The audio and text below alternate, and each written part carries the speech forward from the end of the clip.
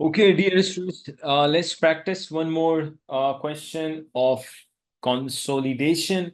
And this time, this question which we are going to discuss on consolidation, the name of the question, before I tell you the name of the question, let me tell you one thing. This question came in somewhere in March, June 2021. So you cannot say very old question. It came somewhere in March, June 2021. It's a new question, okay?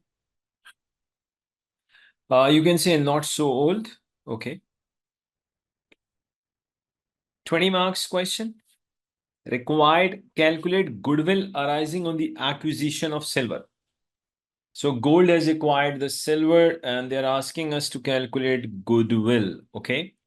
6 marks. Prepare consolidated statement of profit and loss for gold company for the year ended 30th September X2, 14 marks. All the workings should be done to the nearest 000, nearest 1000. Let's read.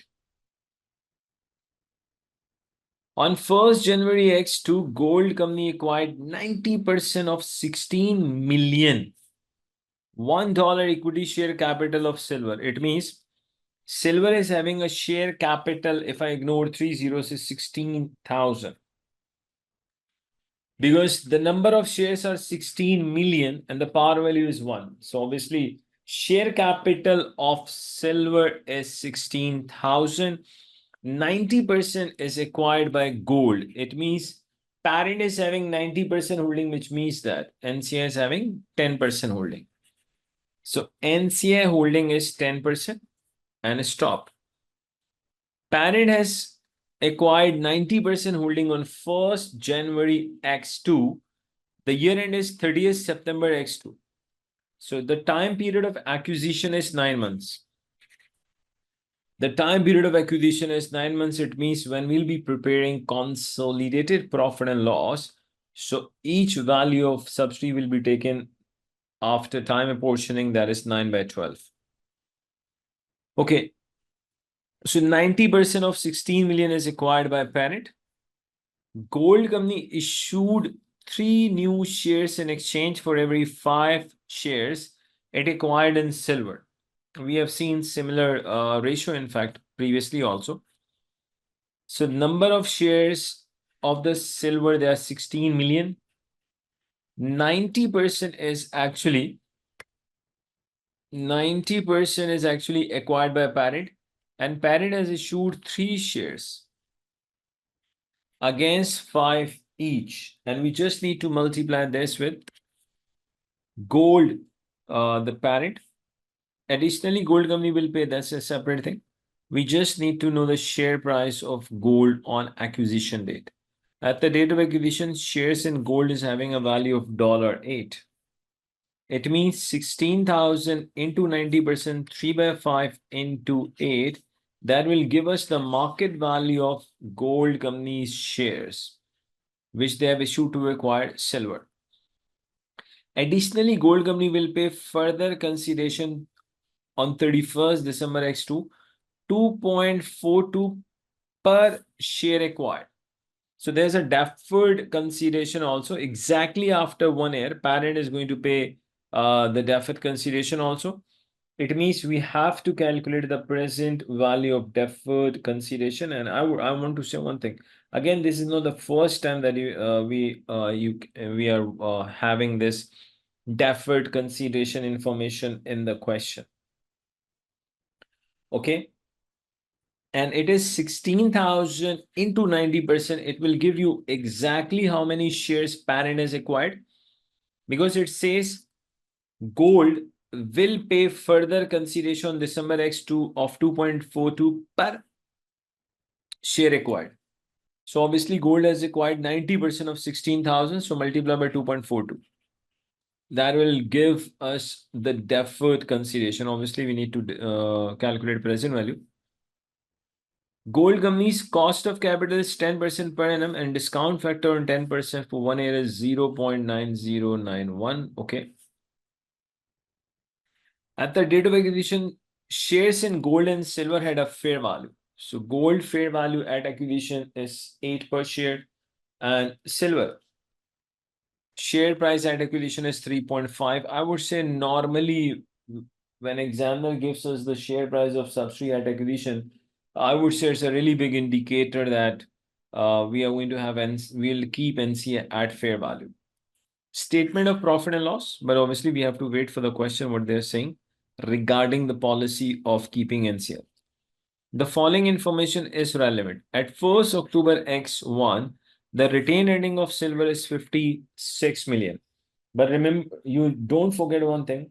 We actually need retained earning of silver on 1st January X2. So examiner has given us the retained earning, but a little bit earlier. So let's, obviously we have to add the profit in this retained earning. We need to add the profit of October X1, November X1, December X1. Okay. So after adding the profit of October X1, November X1, and December X1, you will get the retained earning on 1st January X2, which we need while calculating goodwill. Actually, we need retained earning at acquisition. At the date of acquisition, the fair value of the silver company's asset were equal to their carrying amounts with the exception of two items. An item of plant had a fair value 2.6 million above its carrying amount. So logically 2.6 million, entire 2.6 million is the fair value adjustment. The remaining life of plant at the date of acquisition was 3 years. Depreciation is charged to cost of sale. So basically the fair value adjustment is in the plant is 2,600, which is a depreciable asset. We will depreciate this over 3 years and then 9 upon 12. Why 9 upon 12? Because post acquisition period is only 9 months. Why we are doing 9 by 12? Because post acquisition period is only 9 months. It will give us the additional depreciation 650.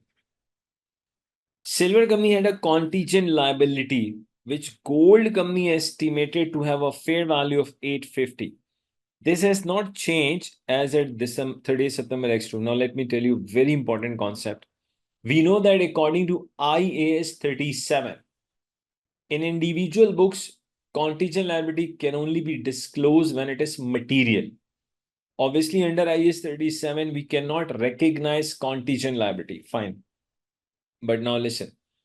When parent is acquiring the subsidiary, and at the time of acquisition, if subsidiary is having a contingent liability, obviously, which is disclosed, if parents professional, they can simply give us the fair value of that contingent liability.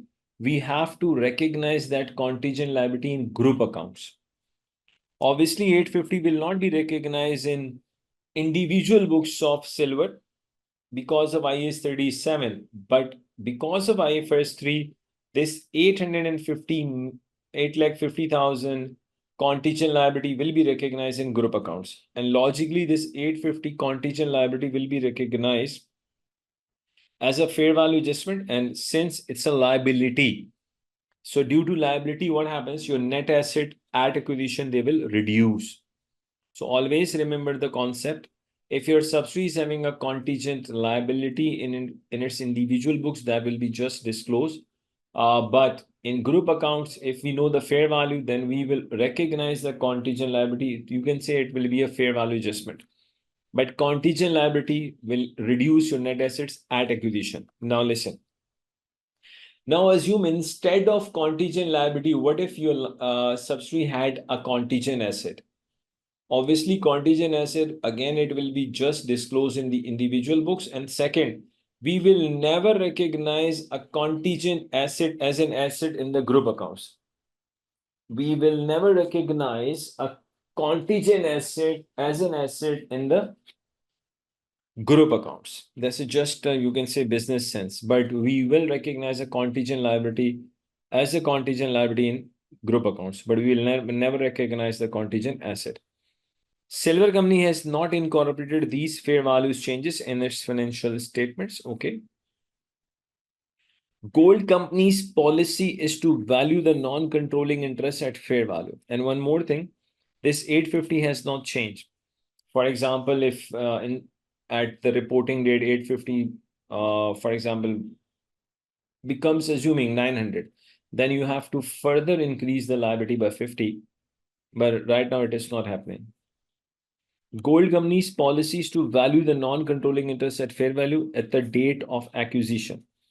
For this purpose, silver company's share price at the date can be deemed to be representative of the fair value of shares held by a non-controlling interest. Simply, we will be using subsidiaries share price at acquisition to calculate fair value of NCI at acquisition. Okay.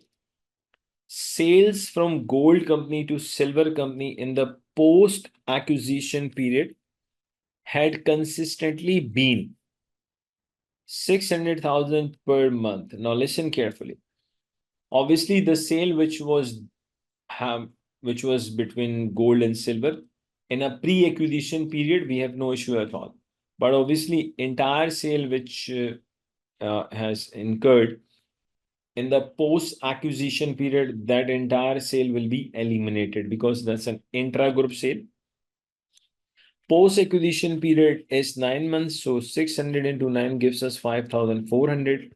So intra-group sale will be eliminated. The amount is 5,400. Gold company made a markup. Markup is a percentage of on cost. Markup on cost 25% on these sales. Silver company had 1.2 million, means 1,200 of these goods in the inventory. So there's unrealized profit. There's unrealized profit also.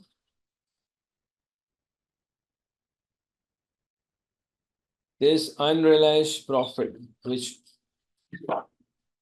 there's unrealized profit, which we have to eliminate. There's an unrealized profit which we have to eliminate, that is 1,200.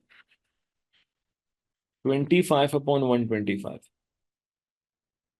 So let me use the calculator. 1,225 upon 125 gives us 240. So unrealized profit will be eliminated. And we know that unrealized profit in the closing stock is added to the COGS. Okay. Gold company's investment income is a dividend received from its investment in a 40% owned associate, which it had held for several years.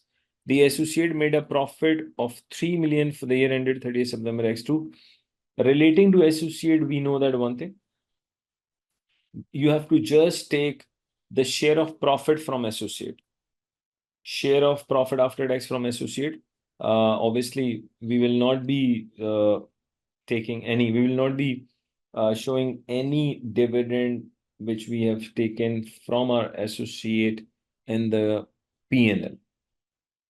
Only you will just show the share of associate profit after tax which belongs to you.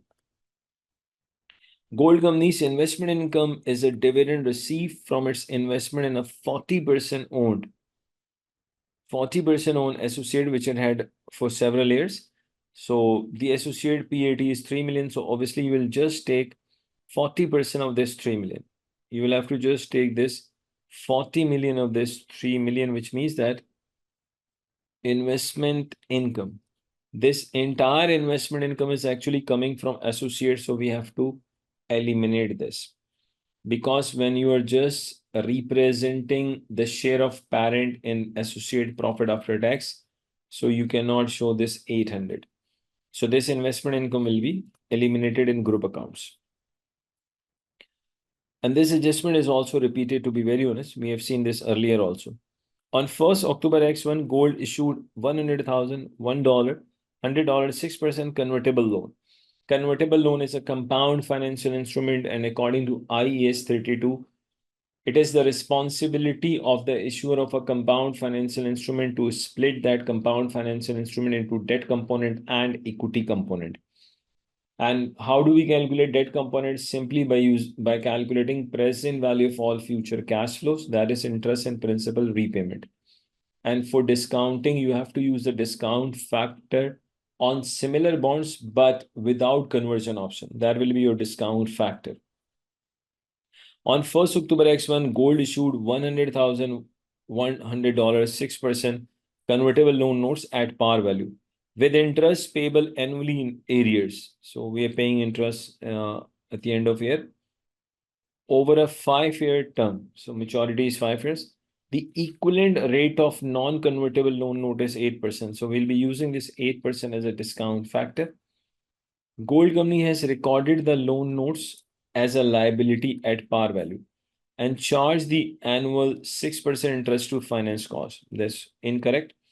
Basically, what they have done, they have not separated the hybrid instrument into debt and equity component. We have to do that. And second, to the P&L, you are supposed to charge effective interest rate rather than the 6%. 6% is the cash interest rate.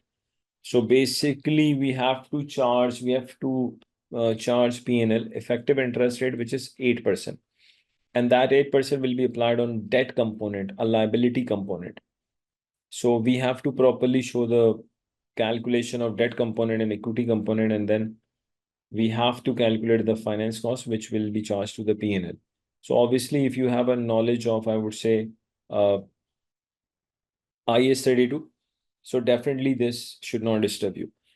Discount factor in year 5, 6% is irrelevant for us. We'll work only on 8%.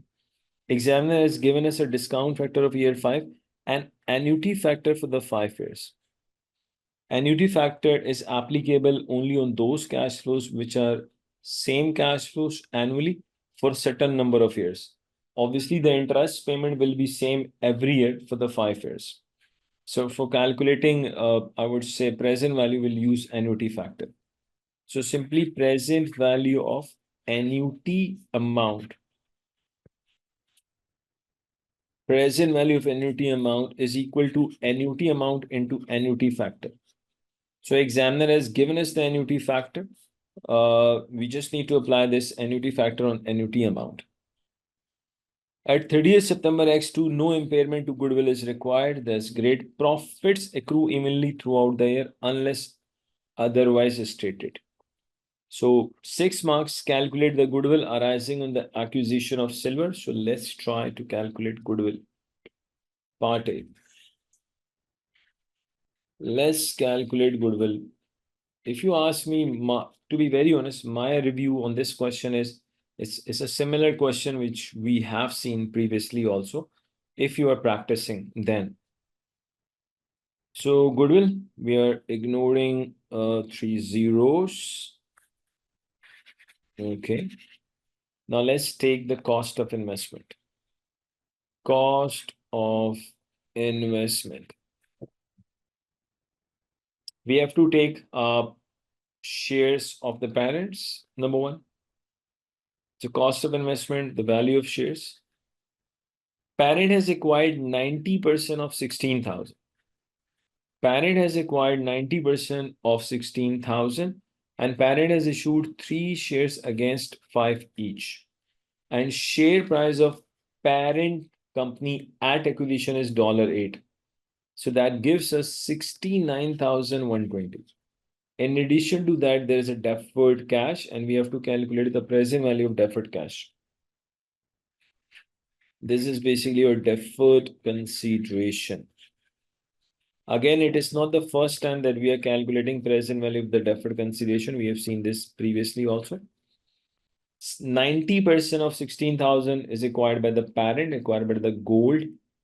Against each share acquired, gold will pay $2.42 and discount rate is 10% and the factor is 0.9091. All this information is given here. We have already discussed the each and everything. The share price of parent is $8. It's here. Deferred consideration information is here, 2.42. After 1 year, they will be paying at 10% cost of capital. This is the discount factor. So let's calculate So simply 16,000 into 90%, 3 by 5, 2.42 into 0.9091 gives us 31,680. Now we have to take NCA at acquisition. NCA at acquisition. They're keeping NCA at fair value. So 16,000 into 10% into the share price of subsidiary at acquisition, which is 3.5. So 10% of 16,000 into 3.5 gives us 5,600. So if we add all 69,120 plus 31,680 and plus 5,600, so I'm getting 1,06,400. Now we just need to deduct less fair value of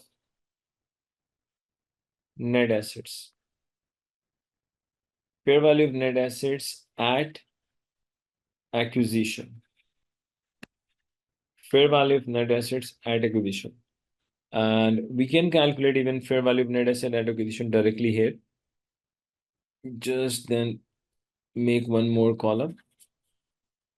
We know that net asset at acquisition means we have to take share capital of silver. Share capital. Silver share capital is 16,000. We need to know the retained earnings at acquisition. Retained earnings at acquisitions. And fair value adjustment, we have seen there two fair value adjustment. One is plant 2,600 and the second is a contingent liability. Fair value adjustment,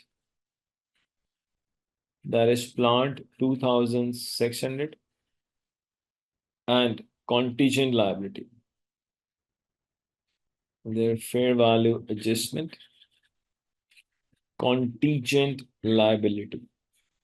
And the contingent liability is 850. And obviously liability will reduce your net assets. Now, actually, we need retained earnings at acquisition. The point is, we have acquired this subsidiary during there. Gold has acquired this subsidiary during there. That is on January X2. Post-acquisition period is only 9 months. An examiner has given us the retained earning, but examiner has given us the retained earning of 1st October X1. We actually need the retained earning at 1st January X2, or you can say we need retained earning at December X1. So what to do? Just take the retained earnings 56,000 on 1st October X1 and simply add profit of the next 3 months.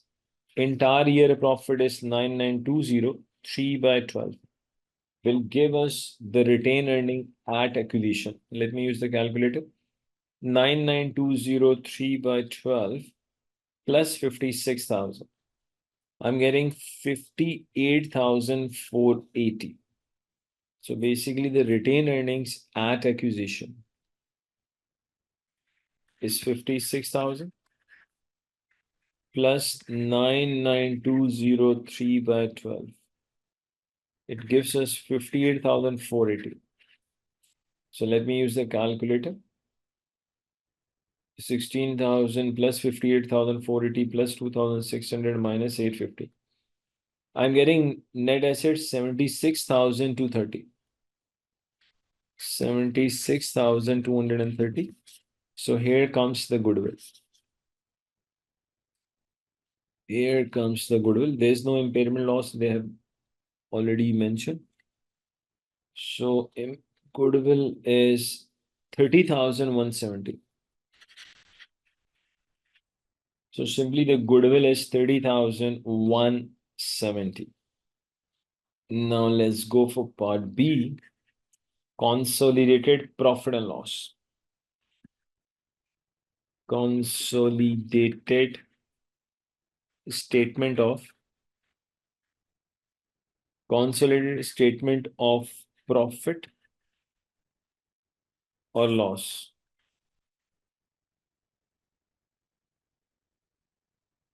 For the year ended 30th September 2000 x2. Since the post-acquisition period is 9 months, so each and every value of subsidy will be taken by time of but we have to time a portion that is 9 by 12.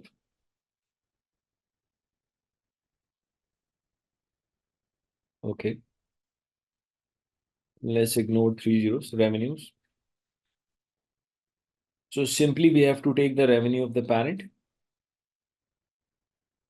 We have to take the revenue of parent plus the revenue of the subsidiary 9 by 12 and minus the intra-group revenue that is 600 into 9. It was 5,400.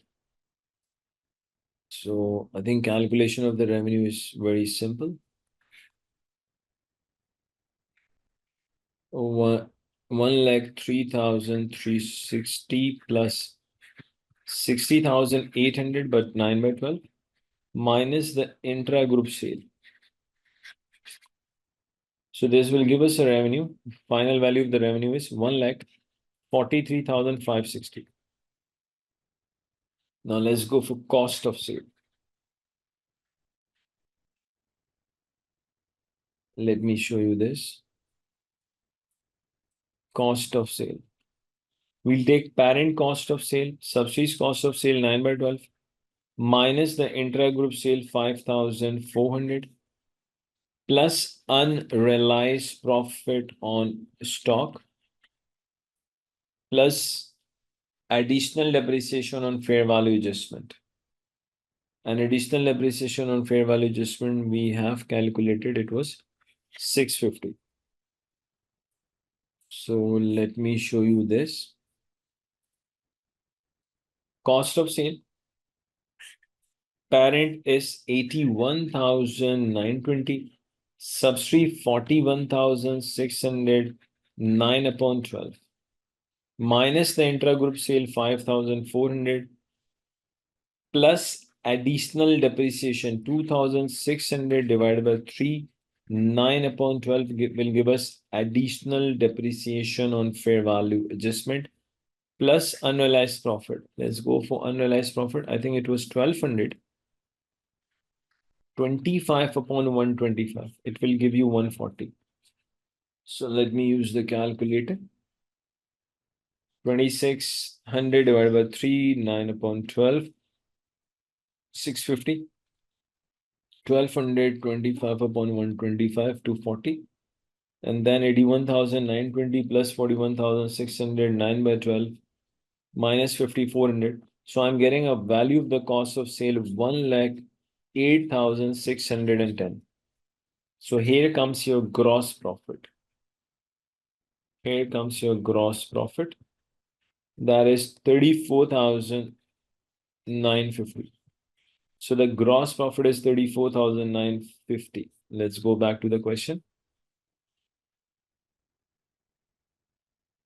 Distribution cost, obviously no adjustment. Parent value is 2,560. Subsidy 9 by 12. So here comes the distribution cost. Distribution cost. 2,560 plus subsidy 2,980. 9 by 12. I'm getting 4,700. 4,795. Now let's go for administrative expense. Administrative expense. Administrative expenses. I think no adjustment again. Simply parent 6,080 and subsidy 3,740 but 9 by 12.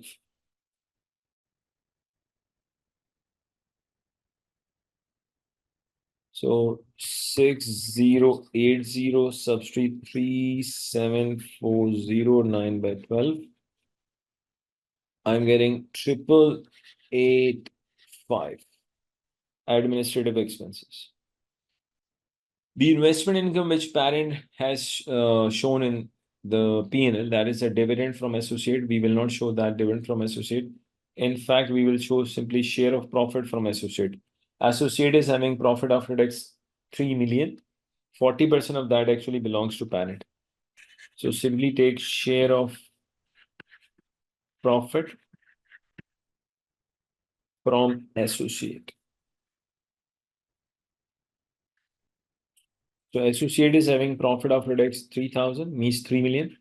40% of that belongs to the parent, and we will not time a portion because associate is acquired by parent for many years. So associate is not acquired during there. Now let's go for the finance cost. Let's see what they've given us. A finance cost. Actually, examiner has given us a finance cost of 672. Now there are two issues. Number one, there's a compound financial instrument. According to IAS 32, we have to split that compound financial instrument into debt and equity component, number one. And number two, finance cost, which will be charged to P&L, that will be on the basis of effective rate, which is 8%, not 6. Second point is we have to calculate the finance cost on deferred consideration because we have calculated the present value of deferred consideration. So logically, 9 months finance cost will come, that is unwinding of discount. Slowly and gradually, the deferred present value of the deferred consideration increases. And that is called unwinding of discount. And due to unwinding of discount, your finance cost and liability will increase. Your finance cost and liability will increase. So let us first go towards, I would say, splitting the debt and equity component of the compound financial instrument. So I think that's going to be working one, if I'm not wrong. Working one on convertible loans.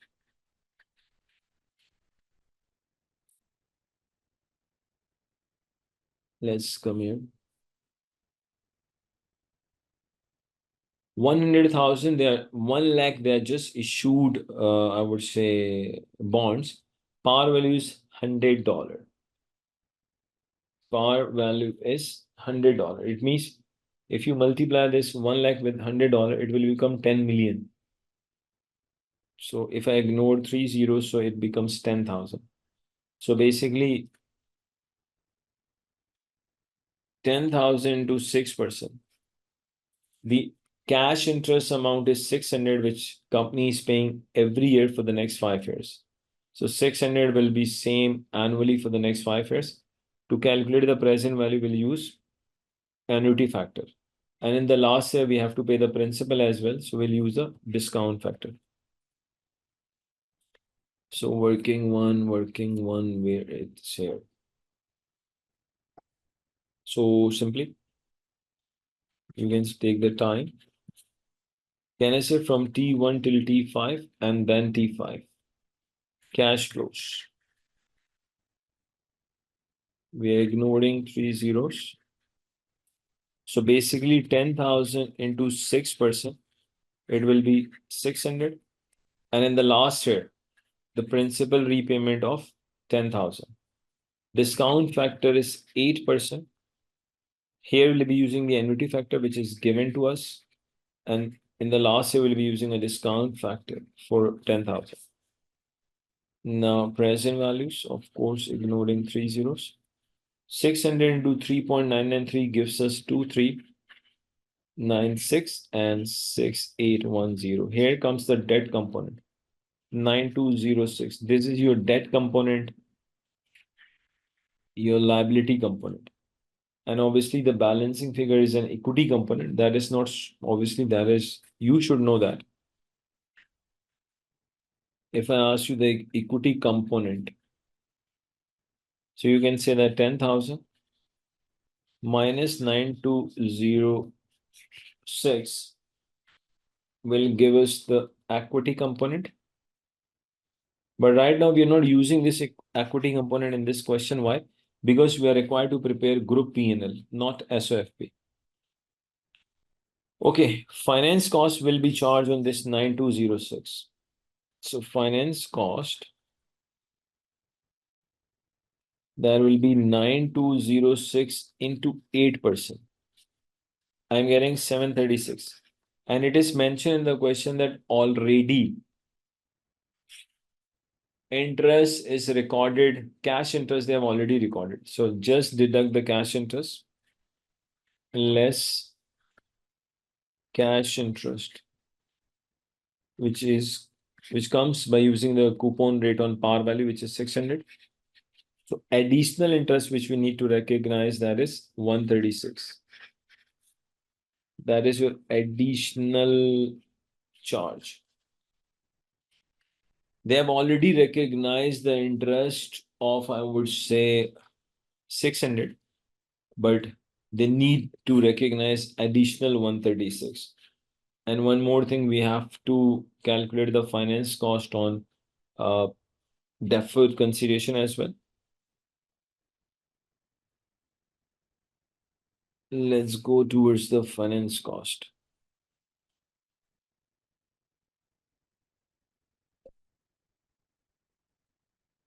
How much finance cost examiner has already given us? That is 672. In this 672, we will add additional charge 136, which we have just calculated, and plus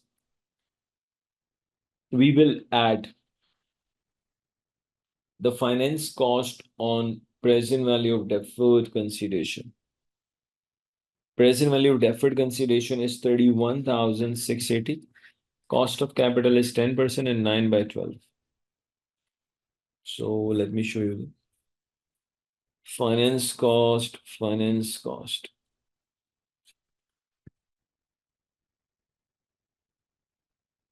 672 is already there. 136 comes from working one, plus present value of deferred consideration is 31,680.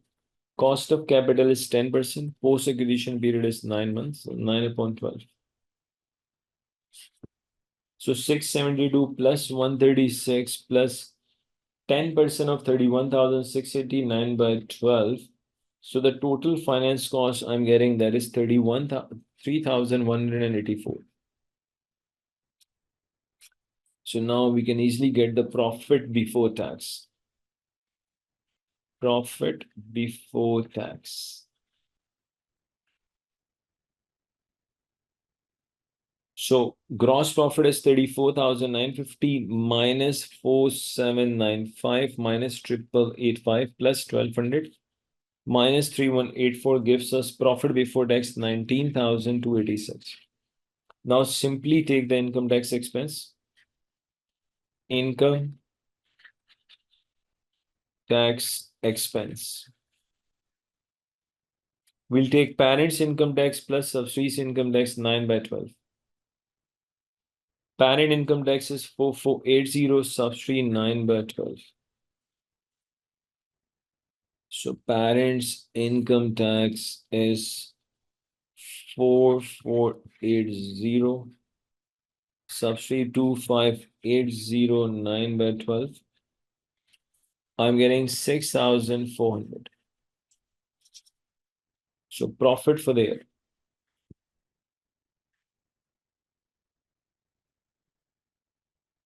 Profit for the year is 19,286 minus 6,400, 12,886. And obviously the entire 12,886 does not belong to only parents' equity shareholders. We have to give the share to NCI as well. So profit attributable to parents' equity holders